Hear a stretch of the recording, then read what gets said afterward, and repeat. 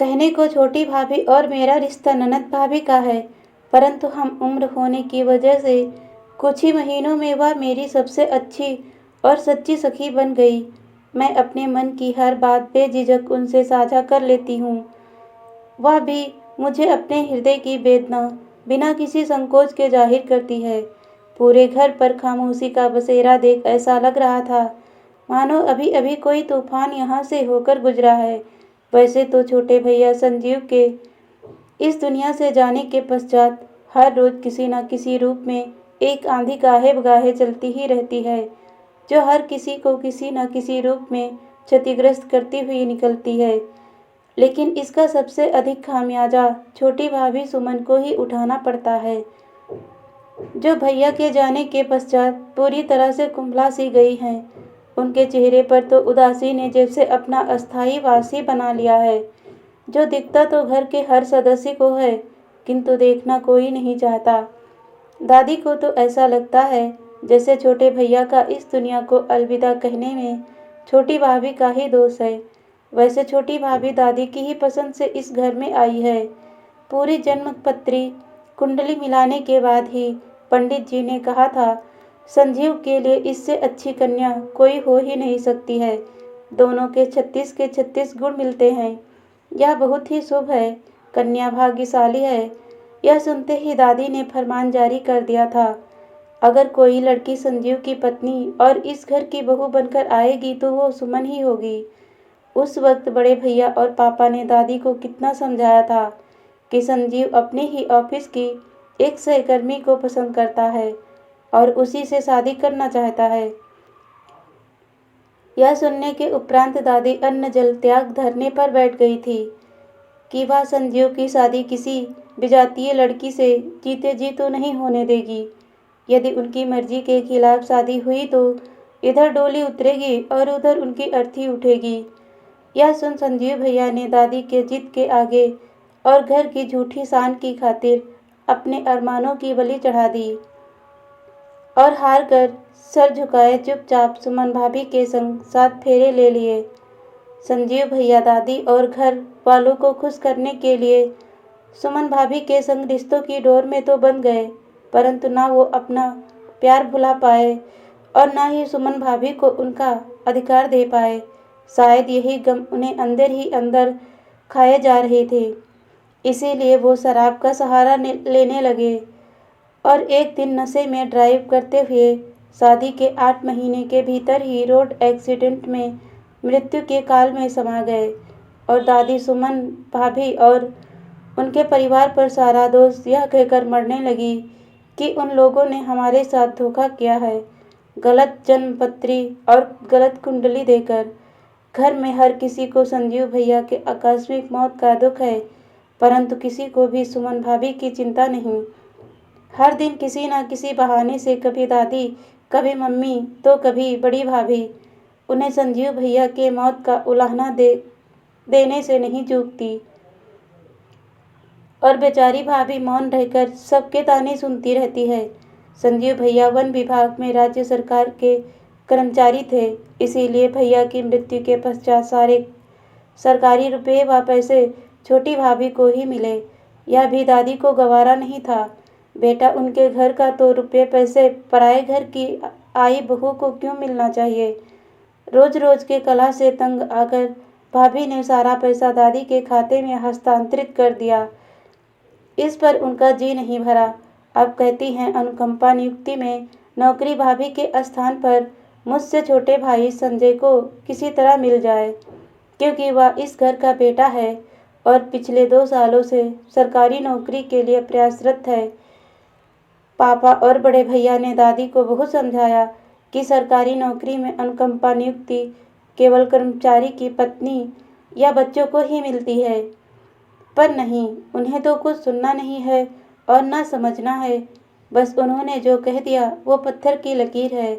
हर बात में जिद पकड़कर अड़ जाना दादी की आदत में शुमार है। आज भी ऐसी ही कुछ बात हुई होगी और भाभी ने खाना भी नहीं खाया होगा। यही सोच मैं भाभी के लिए भी खाना परोस उनके कमरे की ओर बढ़ी। मुझे खाना ले जाता देख माँ मुझ पर बरस पड़ी और कहने लगी, कोई ज़रूरत नहीं है उस महारानी के लिए खाना ले जाने की। तुम्हारी दादी ने सख्त मना किया है, उसे भूखा प्यासा ही रहने दो। जब भूख लगेगी तो खुद ही लेकर खा लेगी। किसी को उसे खाना देने की ज़रूरत नहीं। उसे खानदान के इज्जत का ज़रा भी ख्याल नहीं। मैडम को नौकरी करना है, विधवा होकर सज धज कर घर से बाहर निकलना है। माँ के मुँह से यह सब सुन मुझसे रहा नहीं गया और मैं माँ से वह सब कह गई जो कई महीनों से मन में दबा बैठी थी। आपकी बेटी घर से बाहर जाती है, नौकरी करती है, यह बात तो आप बड़े शान से सबको बताती फिरती हैं। तब आपके खानदान की इज्जत पर कोई फर्क नहीं पड़ता और आपकी बहू नौकरी करना चाहती है तो आपकी इज्जत घटती है। यह कैसी दोहरी मानसिकता है। यदि मैं इस तरह भूखी प्यासी पड़ी रहती तो क्या तब भी आप मुझे खाने को नहीं पूछती? यह सब आखिर क्यों? वो जो आपके घर पर है वो खुद चलकर नहीं आई है। आप सब उसे बाजे गाजे के साथ ढोल नगाड़े पीटते हुए लेकर आए हैं। यह घर जितना दादी का आपका है, मेरा है, उतना ही छोटी भाभी का है। वह कुछ नहीं कहती इसका मतलब कतई नहीं। आप सब उन पर अन्याय करें, उन्हें उनके अधिकारों से वंचित कर दें। मेरे ऐसा कहने पर माँ चुप हो गई क्योंकि वह भी यह जानती थी दादी गलत है और मैं इस बात से भली भांति परिचित हूँ कि माँ आज तक चाह कर भी कभी अपने लिए दादी के विरोध आवाज़ ही नहीं उठा पाई।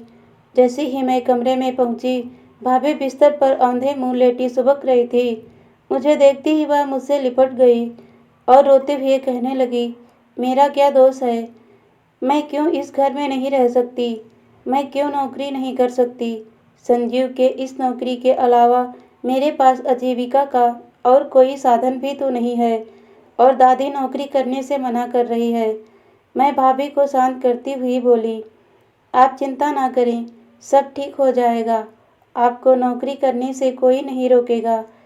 मैंने भाभी से यह कह तो दिया किंतु मैं स्वयं दुविधा में थी, सब ठीक कैसे होगा? क्योंकि दादी के विरोध में ना माँ कुछ कह पाती, ना पापा और ना ही बड़े भैया। मेरे कुछ भी कहने का असर किसी पर होगा नहीं और आज फिर वही होगा जो दादी का निर्णय होगा। मैं सोच रही थी कि छोटी भाभी के माता पिता आ गए। दादी ने ही अपना फैसला सुनाने उन्हें बुलवाया था। मैं भी बैठक में जा पहुंची, जहां दोनों परिवार मिलकर छोटी भाभी के भविष्य का फैसला करने वाले थे। दादी ने बड़े गर्व से कहा, हमारे घर की बहुएं केवल घर संभालती हैं, नौकरी नहीं करती। आपकी बेटी नौकरी करना चाहती है, इसीलिए आप उसे अपने साथ ले जाइए। यह सुनते ही भाभी की माँ दोनों हाथों को जोड़ती दादी को संबोधित करती हुई बोली, बेटी तो पराया धन होती है और ब्याहता बेटी अपने मायके में नहीं ससुराल में शोभा देती है। आप जो चाहोगी वही होगा। सुमन नौकरी नहीं करेगी। क्या सुन मैंने जैसे ही विरोध करना चाहा, माँ ने मुझे रोक दिया और स्वयं दृढ़तापूर्वक दादी से कहने लगी, माँ जी, पूरा परिवार आपका सम्मान करता है। मैंने तो आपसे बहुत कुछ सीखा है। आपका आदेश शिरोधार्य है, किंतु जिस प्रकार आप इस घर की बहू थी, फिर मैं इस घर की बहू बनी, वैसे ही सुमन भी इस घर की बहू है और इस घर में उसका भी उतना ही अधिकार है जितना आपका और मेरा। इसीलिए सुमन इस घर में ही रहेगी। आप उसके सारे रुपए उसे लौटा दीजिए। वो संजीव की अमानत है जिसमें उसकी पत्नी का हक है। और रही बात नौकरी करने की, तो यह निर्णय आप, मैं या कोई और नहीं, उसे स्वयं लेने दीजिए। यह सब सुन मैं माँ से लिपट गई। माँ आज पहली बार दादी के समक्ष अपनी बात रख पाई थी। दादी ने भी माँ से कुछ नहीं कहा। शायद माँ की यह छोटी सी पहल से दादी को भी बदलते वक्त का एहसास हो गया था। दोस्तों, कहानी अच्छी लगी तो लाइक, शेयर और सब्सक्राइब जरूर कीजिएगा। वीडियो देखने के लिए बहुत बहुत धन्यवाद दोस्तों।